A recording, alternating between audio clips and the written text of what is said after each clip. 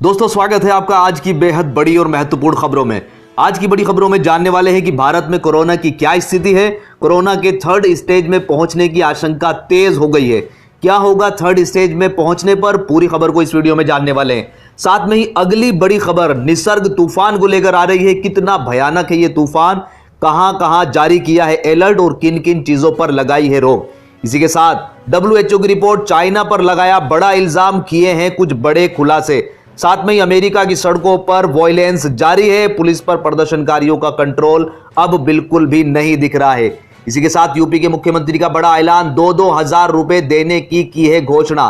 साथ में ही दूसरे राज्य में जाने के लिए अब लागू हैं कुछ नई शर्तें। और इसी के साथ अगले 24 घंटे में कैसा होगा मौसम का मिजाज, इन सभी खबरों को विस्तार से इस वीडियो में जानने वाले हैं। कोई भी खबर दोस्तों मिस ना हो जाए, इसलिए वीडियो को बिल्कुल अंत तक जरूर देखें। तो दोस्तों बढ़ते हैं अपनी पहली खबर की तरफ कि अब भारत में थर्ड स्टेज की तरफ बढ़ रहा है कोरोना। जुलाई में पीक पर होंगे केसेस। जी हां दोस्तों, कोरोना महामारी के बीच अब भारत खतरे की तरफ बढ़ रहा है। कहने का मतलब यह है कि जानकारों के मुताबिक जून के आखिरी हफ्ते और जुलाई के शुरुआती हफ्ते में कोरोना भारत में थर्ड स्टेज पर पहुंच सकता है। खासकर जुलाई में कोरोना के मामले भारत में अपने पीक पर होंगे। तो क्या यह मान लिया जाए कि सरकार ने लॉकडाउन हटाने के लिए कुछ जल्दी कर दी है? एक्सपर्ट का मानना है कि सरकार को एक साथ लॉकडाउन हटाने की बजाय किश्तों में लॉकडाउन को हटाना चाहिए था। हिंदुस्तान में कोरोना के मामले ना तो अपनी पीक पर पहुंचे और ना ही ये जानलेवा वायरस अपनी थर्ड स्टेज में दाखिल हुआ है। हां, ये जरूर है कि हर गुजरते दिन कोविड-19 के मामले लगातार बढ़ते जा रहे हैं, मगर अभी भी ये सिंगल सोर्सेज मामले ही हैं। यानी अभी हमें पता लगा सकते हैं कि कोरोना का वायरस कहां से और किससे किसमें दाखिल हो रहा है, इसलिए पहचानना आसान है। मगर जैसे जैसे ये मामले आगे बढ़ते जा रहे हैं, वैसे वैसे कोरोना भारत में अपनी थर्ड स्टेज यानी कम्युनिटी ट्रांसमिशन में दाखिल होता जा रहा है। तब यह पता लगाना मुश्किल हो जाएगा कि ये मामले कहां से और किससे सामने आ रहे हैं। बोस्टन कंसल्टिंग ग्रुप यानी BCG की हिंदुस्तान के मामले में भविष्यवाणी पर नजर डालें तो उसके अनुसार भारत में जून के आखिरी हफ्ते तक आंशिक और सितंबर के महीने में ज्यादा लॉकडाउन खोलना बेहतर होता। दुनिया भर के वैज्ञानिकों का मानना है कि क्योंकि आबादी के लिहाज से कोरोना के मामले में भारत इसलिए अहम है क्योंकि कोरोना के यहां पीक पर पहुंचने के बाद ही यह तय हो पाएगा कि यह वायरस किस करवट बैठेगा। BCG की इस रिपोर्ट के मुताबिक भारत में कोरोना के मामले जून के तीसरे हफ्ते तक अपनी पीक पर होंगे। भारत को कोरोना से पूरी तरीके से आजादी पाने में पूरा साल तक लग सकता है, मगर यह बात है कि अगर वैक्सीन इससे पहले आ जाती है तो यहां रोकना इसको आसान हो जाएगा। यहीं पर दोस्तों दूसरी अपडेट जो है वो तूफान निसर्ग का खतरा जो है वो लगातार बढ़ रहा है। पालघर से लोगों को सुरक्षित निकालने का काम शुरू हो गया है। जी हां दोस्तों, बंगाल और उड़ीसा में चक्रवाती तूफान अम्फान के बाद महाराष्ट्र और गुजरात के तटीय इलाकों में निसर्ग चक्रवात का खतरा मंडरा रहा है। भारतीय मौसम विभाग के मुताबिक अरब सागर के ऊपर कम दबाव का क्षेत्र सक्रिय हो गया है।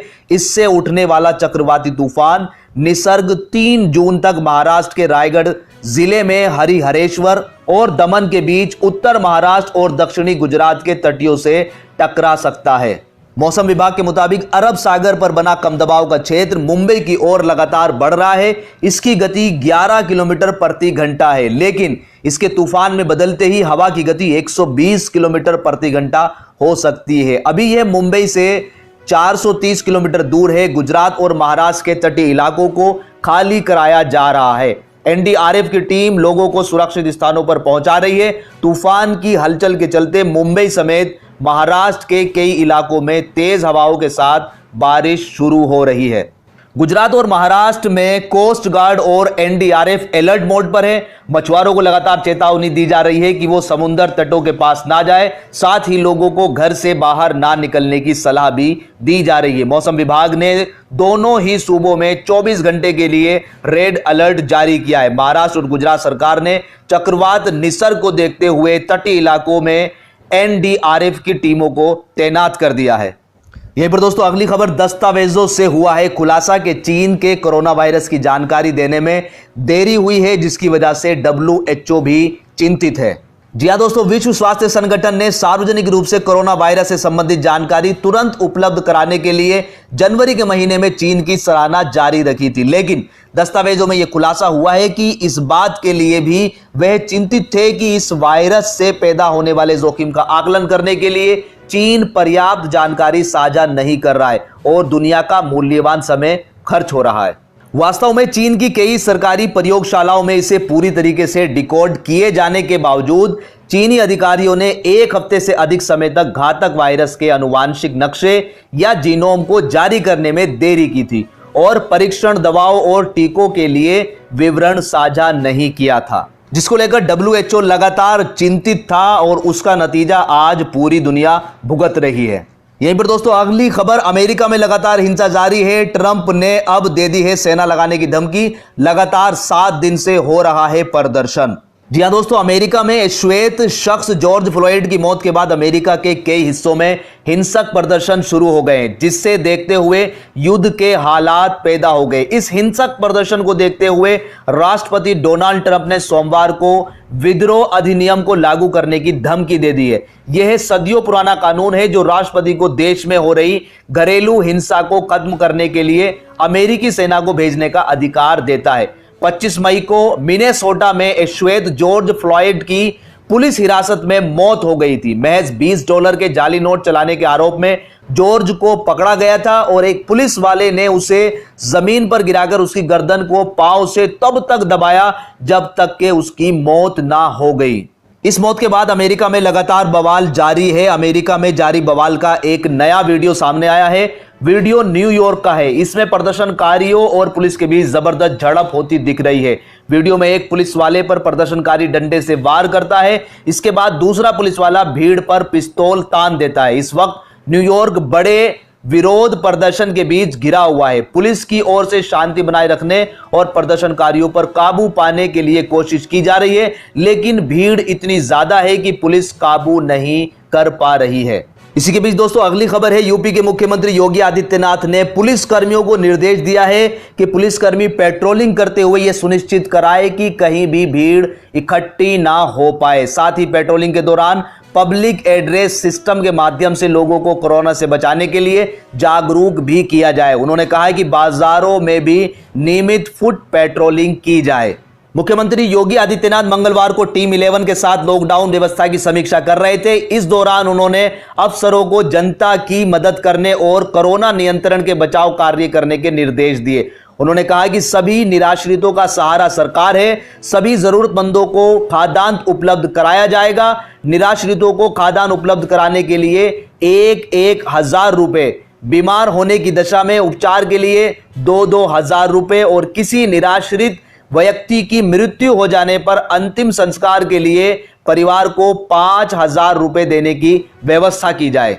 साथ में ही मुख्यमंत्री ने निर्देश दिया है कि प्रदेश वापस आने वाले श्रमिकों और कामगारों को क्वारंटाइन सेंटर में ले जाकर उनका मेडिकल स्क्रीनिंग कराई जाए। स्क्रीनिंग में स्वस्थ पाए गए कामगारों व श्रमिकों को 15 दिन का राशन उपलब्ध कराते हुए होम क्वारंटाइन के लिए घर भेजा जाए। यहीं पर दोस्तों अगली अपडेट जो है वो दिल्ली की सरकार ने दिल्ली कोरोना ऐप को लॉन्च कर दिया है। यहां बेड्स के साथ साथ राशन आश्रय स्थलों की भी पूरी जानकारी उपलब्ध है।